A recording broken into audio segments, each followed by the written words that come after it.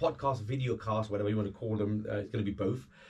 Today I've got Naz, who's just joined the company about 3 months ago now, or 2 months ago, and he's going to be asking me a set of questions that we've asked people on social media, as well as just on all sorts of platform, and also some of the mentees that are on the course with me at the moment, about some of the questions they would like to ask that either they haven't been answered, or they're thinking about coming to title split and property investment as a strategy, and thinking about but they've got these questions that they want to ask. So Naz, welcome to Quiddity Property Education, and it's great to have you here. So over the next kind of 10-15 minutes, we're going to go through these questions, and you're going to basically try and catch me out. That is the hope anyway. 25 years, if you can't answer these questions, you've got a real problem, man. Seriously. Okay, let's go for it. So, do you find that lending from individual flats is more expensive, and that there are fewer lending options when you or your limited company keep all the units in the block?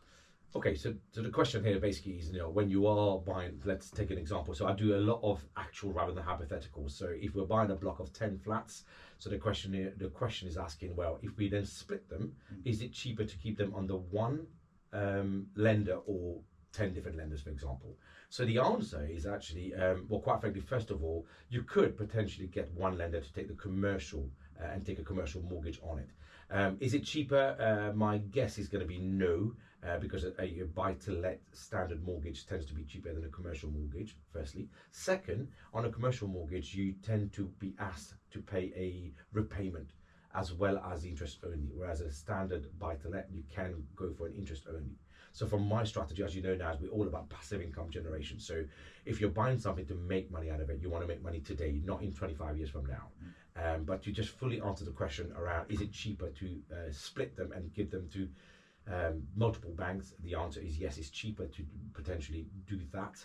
Most importantly, one lender on a standard buy-to-let will not take all 10. That's a given.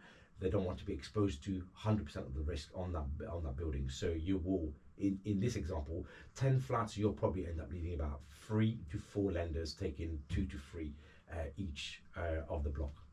Okay. After the title split, do you usually secure financing for all the flats with one lender, or do you refinance them individually with different lenders? Okay.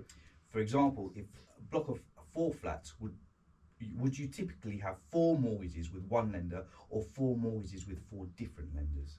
Okay, so it's a little bit similar to the first question. So, but just to kind of almost paraphrase the question. So, when you are splitting blocks, do you stick with one lender for the whole thing, or do you go with 1, 2, or 3 lenders for different units? So let's take the example that we're working on at the moment. We've got 5 flats at the moment that we're going to refinance in the Midlands, and this one's going to be carved out onto separate leases, and these leases will go to probably 2 different lenders, and these lenders then will offer out long-term buy-to-let mortgages that will then fix on.